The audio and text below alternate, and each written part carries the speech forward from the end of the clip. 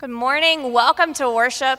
Our call to worship today is number 700, verses 1 and 3, when we all get to heaven. Let's stand and praise God together this morning. 701. 701.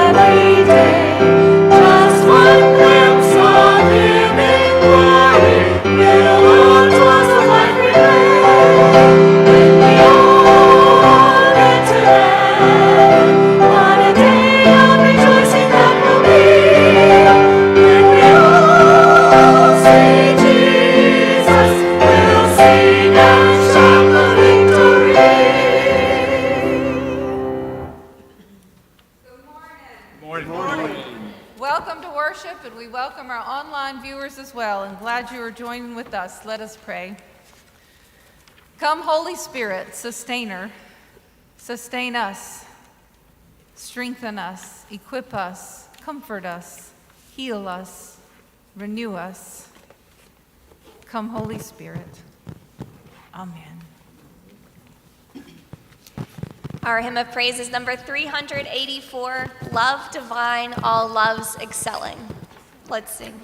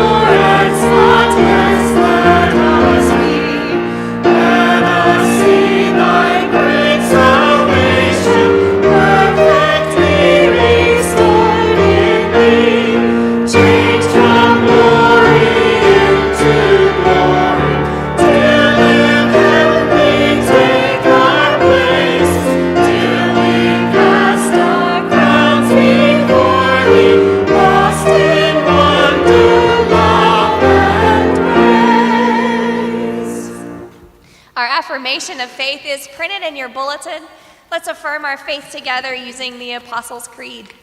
I believe in God the Father Almighty, maker of heaven and earth, and in Jesus Christ, his only Son, our Lord, who was conceived by the Holy Spirit, born of the Virgin Mary, suffered under Pontius Pilate, was crucified, dead, and was buried.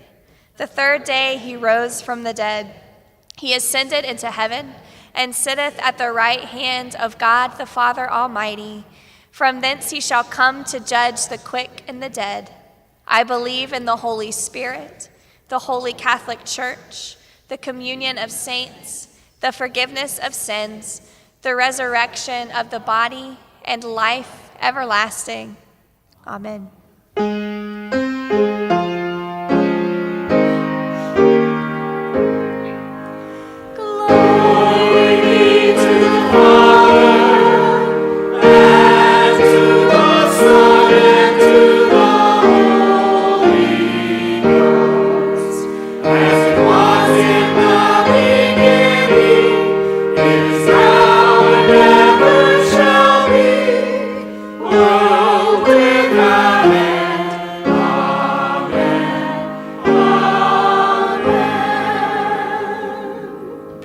As our children come forward for the children's message, we invite you to take a few moments and pass the peace of Christ.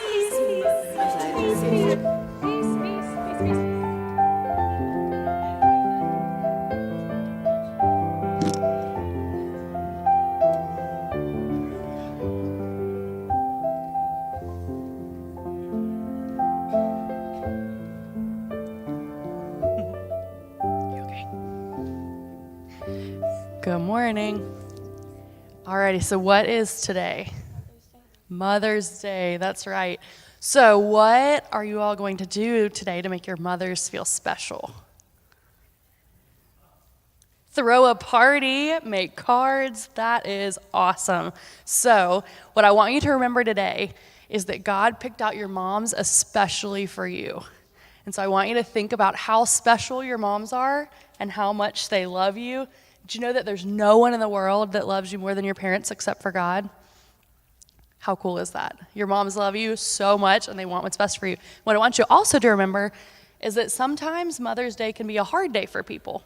So this is my mom's first Mother's Day without her mom. So my grandmother passed away last year.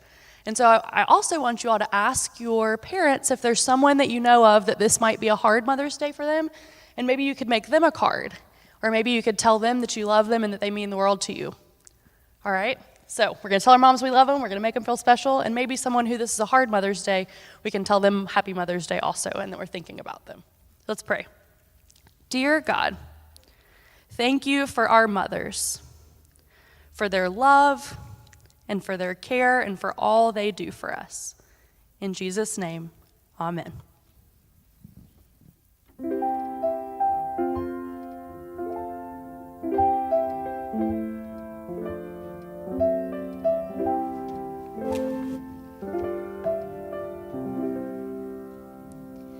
Our hymn for reflection is number 140, Great is Thy Faithfulness. I invite you to use this as a time of reflection and prayer. If you do feel led, you can use it also as a time of giving, and there's a QR code on the screen if you're worshiping with us online, or in your bulletin if you're here in the building. There's also offering boxes on the way out into the world today through the narthex. Let's sing together. You may stand or sit, however you feel most comfortable today.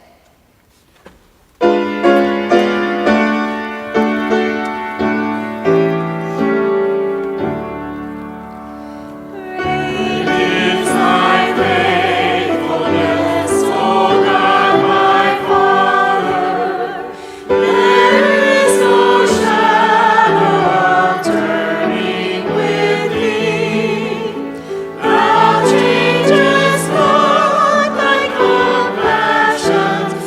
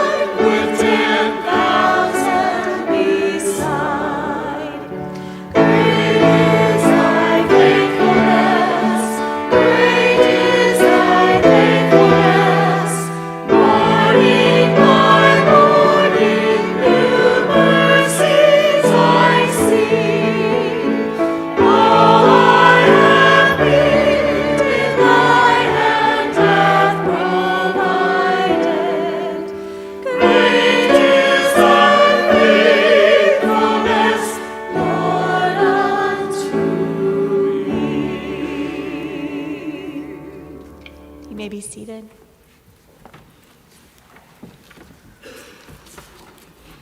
As we turn to our prayer time, I remind our online viewers that you can turn in a prayer request as well, and we will be praying for that. Our altar flowers today are beautiful, and they are given in loving memory by Ann Gibbs for her mother, Hallie. So just thank you for those beautiful flowers today. They are so pretty. So we appreciate those.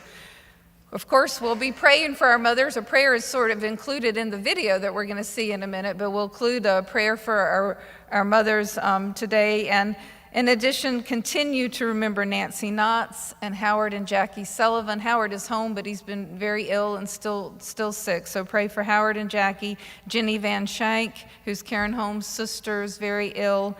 Rudy and Maxie.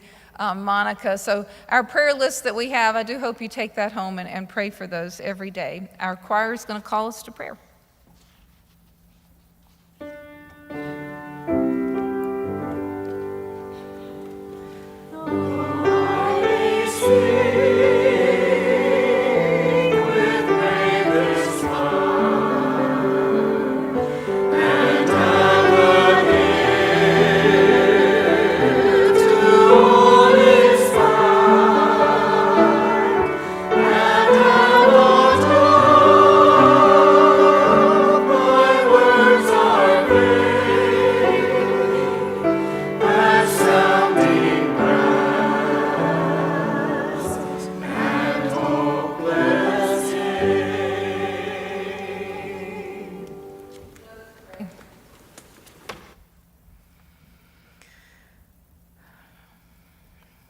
Gracious and loving God,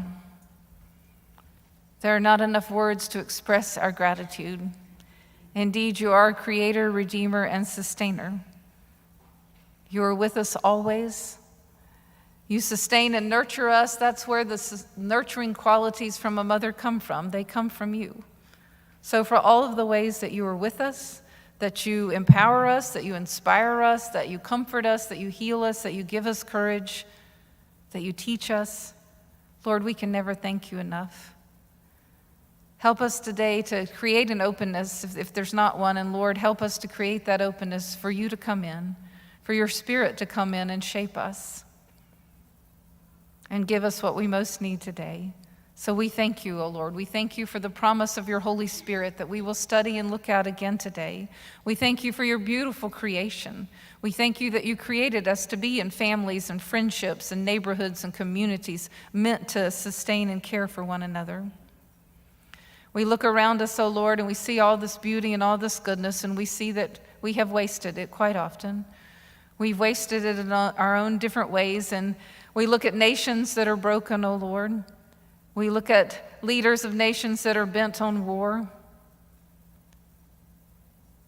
We look at the cycles of poverty and oppression that have gone on.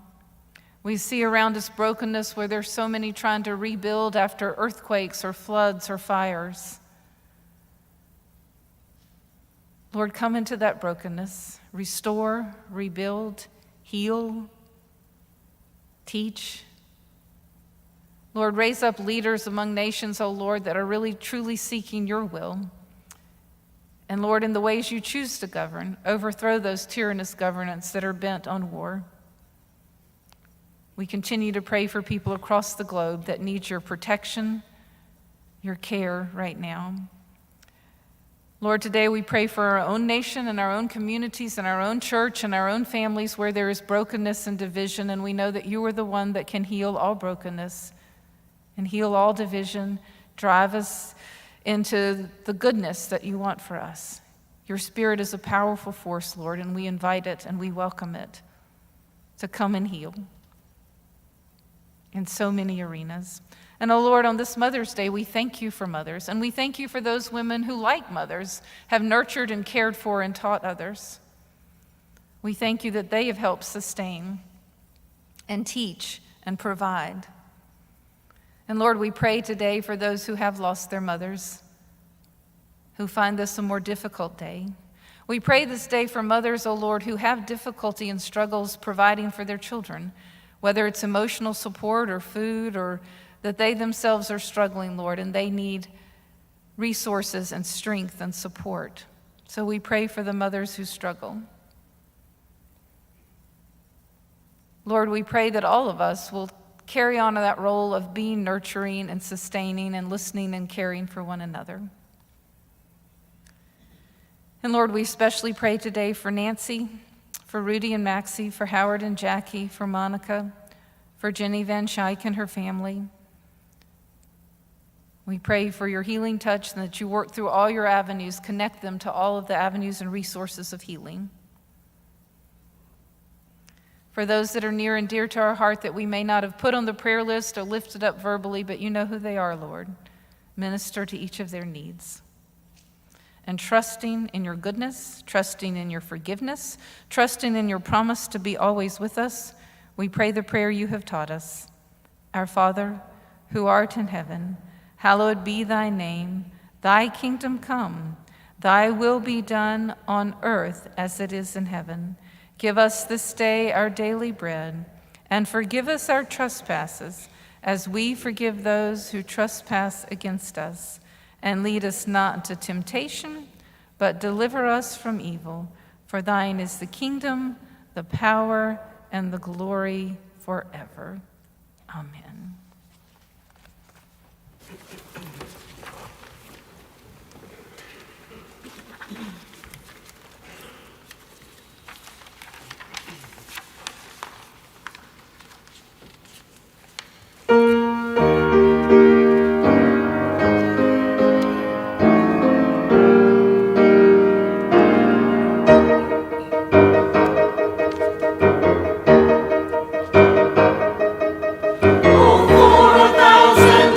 To see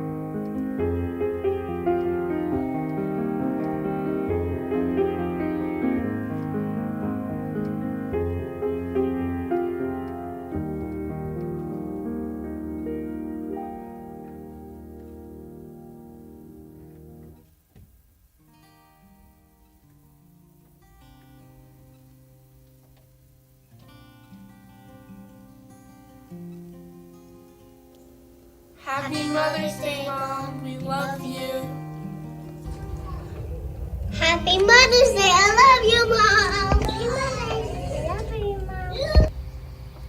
Happy Mother's Day! Mama, you are always there to encourage us and support us no matter what. Thank you so much for always being there for us. You're the glue that holds us all together. You're the best mom and grandma to our children. We couldn't ask for anything more.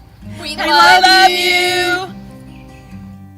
O God of love, it is such a joy to bless our moms, those who have carried us in their bodies and in their hearts and in their minds, and all those who have mothered us in some form or fashion.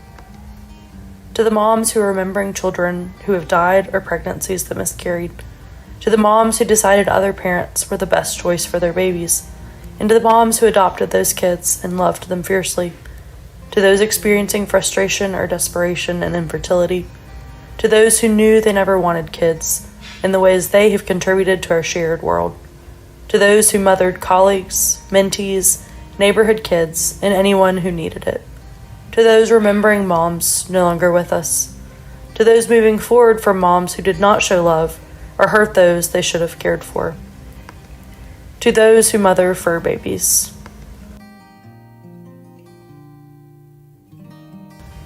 To the moms who teach their children to walk in the way of the Lord.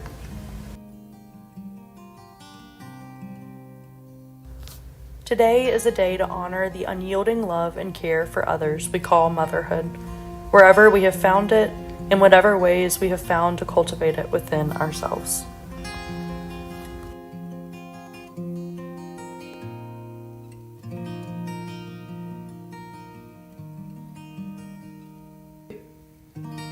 Happy Mother's Day, Mom. We love you. Happy Mother's Day. We are so blessed to have you as our mom. We love you so much. Happy Mother's Day, we love you, Mom. Happy Mother's Day. I love you, Mom. Mother's Day. Wait, we're doing it. Yeah, so y'all say it at the same time. Okay, so Happy Mother's Day. I love you, Mom. Happy Mother's Day. I love you, Mom. Hi, Mom. I just wanted to tell you Happy Mother's Day. Thank you for all you do for me. Love you.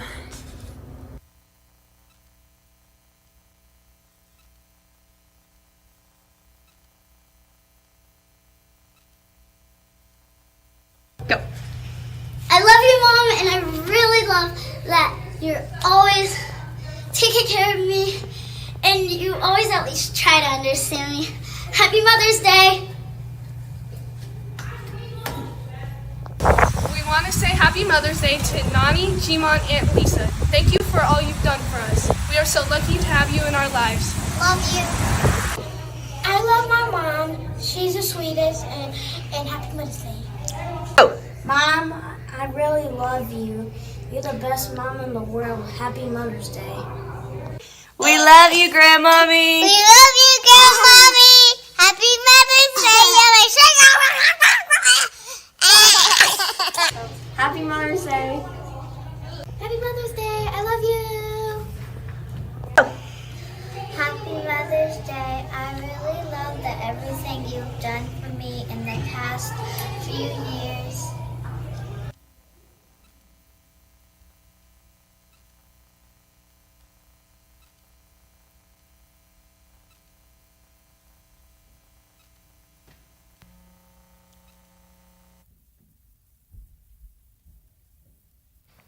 It makes me laugh every time. So our scripture today is from John 14, verses 16 through 21. And I will ask the Father, and he will give you another advocate to be with you forever. This is the Spirit of truth, whom the world cannot receive because it neither sees him nor knows him. You know him because he abides with you, and he will be in you. I will not leave you orphaned. I am coming to you. In a little while, the world will no longer see me, but you will see me because I live. You also will live. On that day, you will know that I am in my Father, and you in me, and I in you. They who have my commandments and keep them are those who love me. And those who love me will be loved by my Father, and I will love them and reveal myself to them. This is the word of God for us, the people of God. Thanks be to God.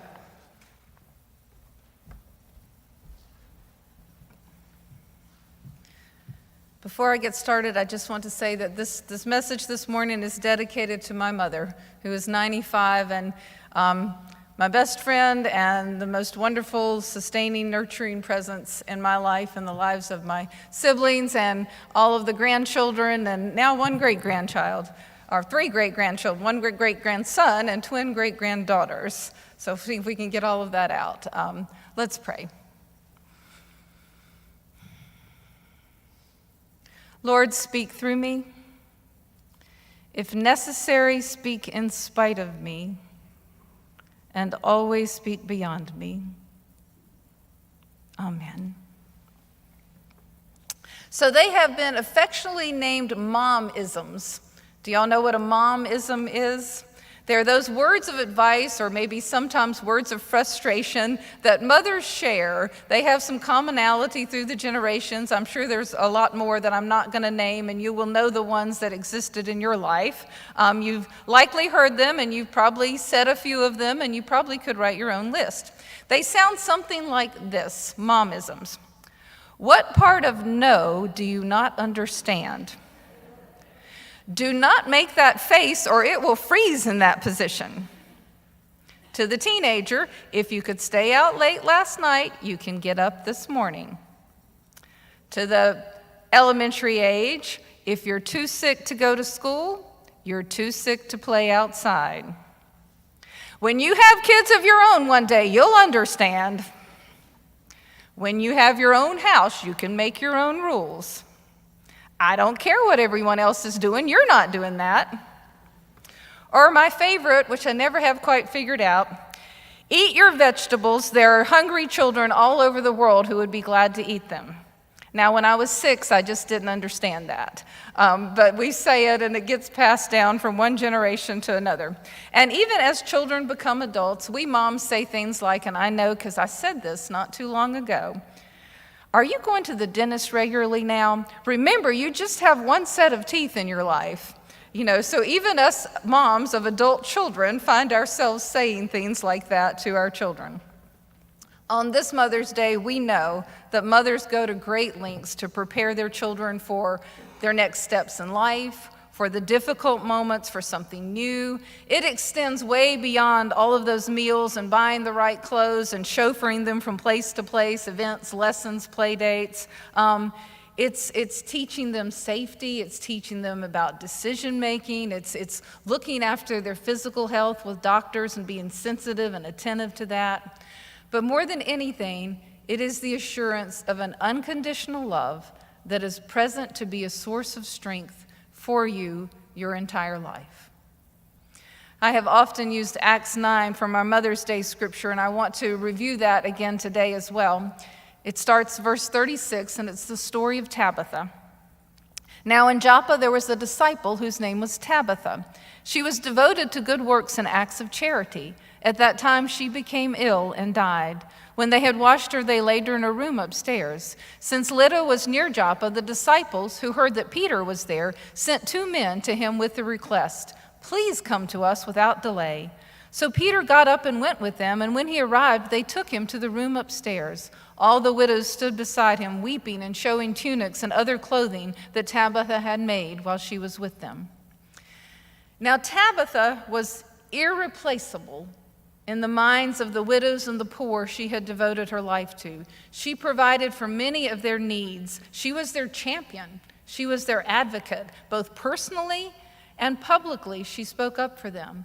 They could not imagine their lives without her. Who was going to look after them? Who could do what she did?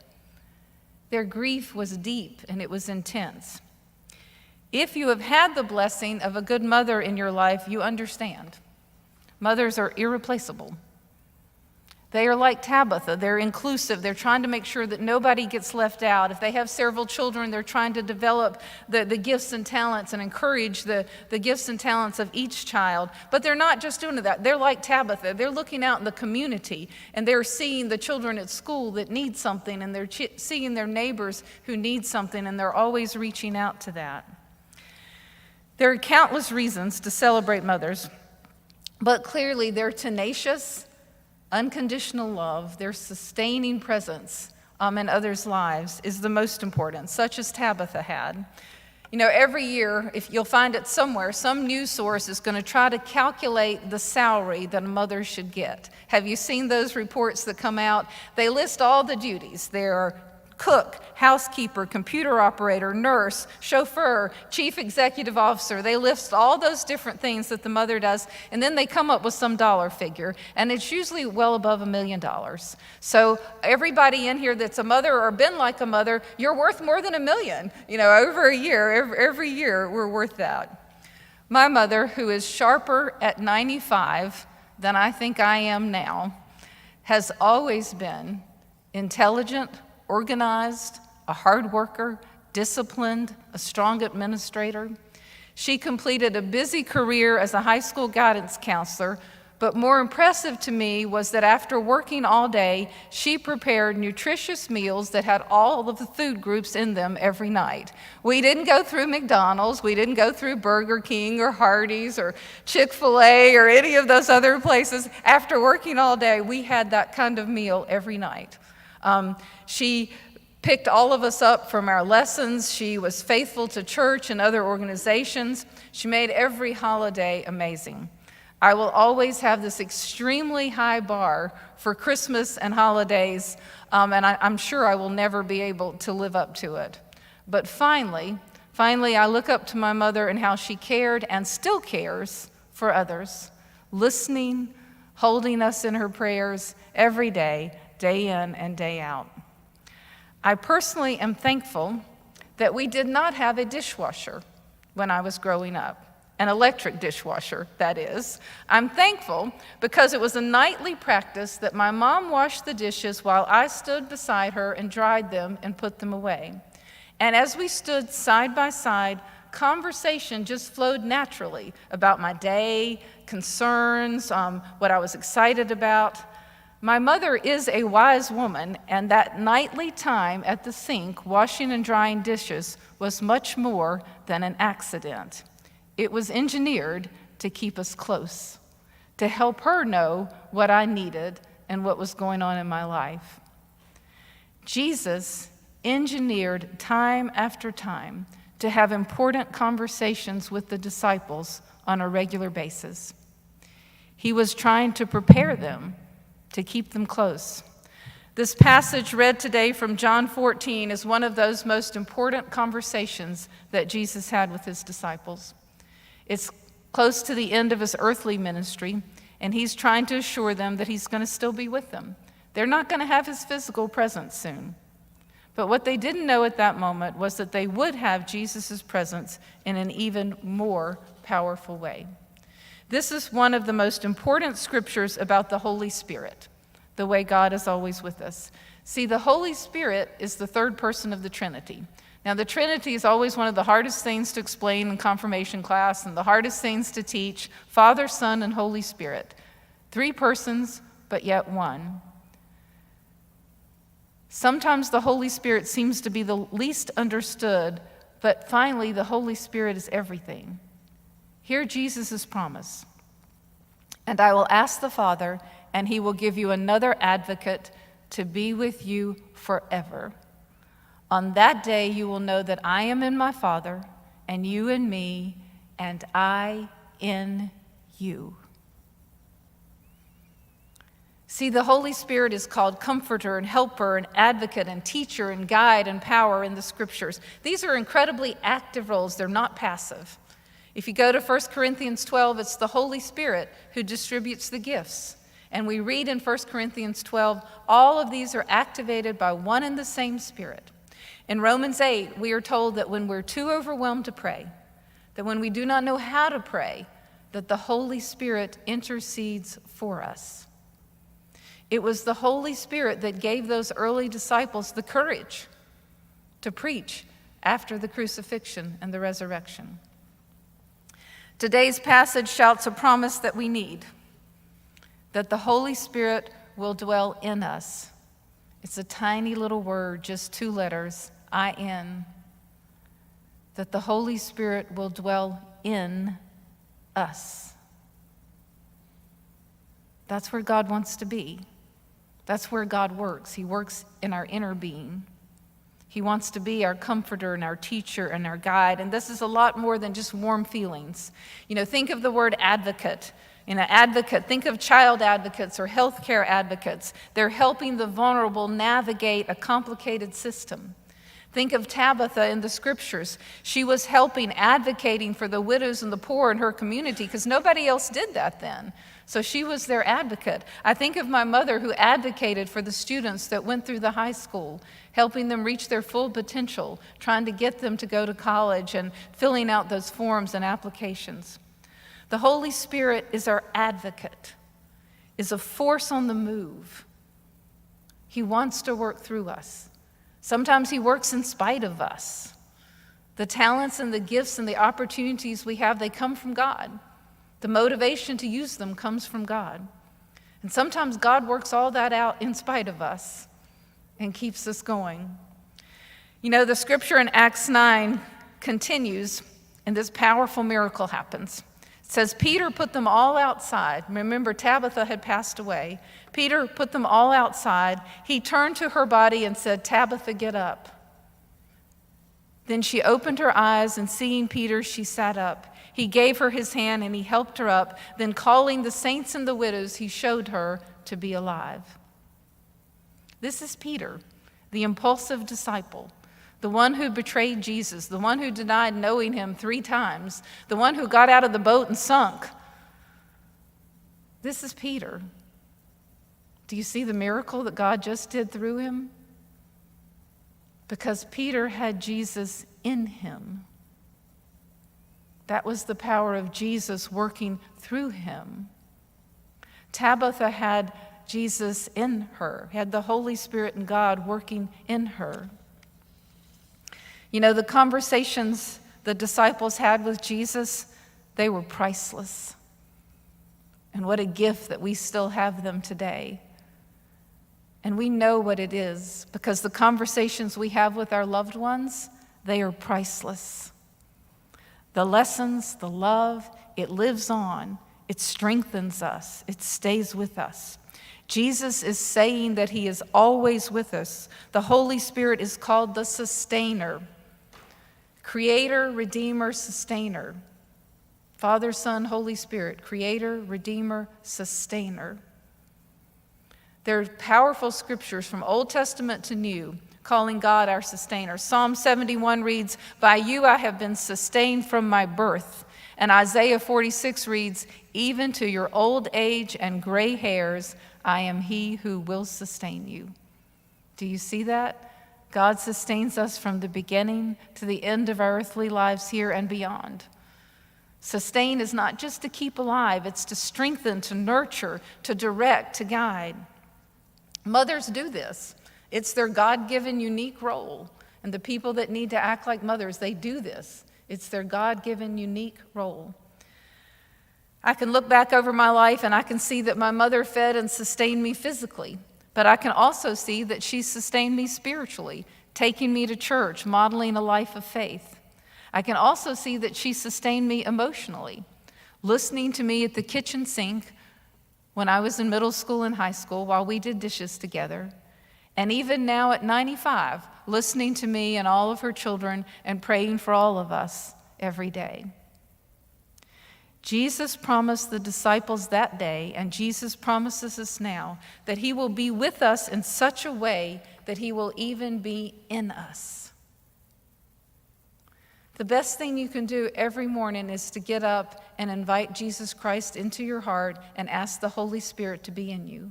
Ask the Holy Spirit, ask Jesus' Spirit to give you courage for whatever it is you're fighting, to give you direction for wherever it is you're needing direction, to give you comfort where you need comfort, to give you wisdom where you need wisdom, to grant you healing. Every morning, get up and ask the Holy Spirit because Jesus wants to live in us. Who has sustained you in life? Who has listened to you and nurtured you? It may be your mother or an aunt or a sister or a dear friend, but whoever that was, take time this week. Take time this week and thank them. Take time this week and say thank you to them. And hold fast to the promise that God said he would never leave us or forsake us. And one of the ways he does that is when we invite his Holy Spirit in, he lives in us so that we can be better and so that we can find the fullness of life. In the name of the Father, and the Son, and the Holy Spirit. Amen.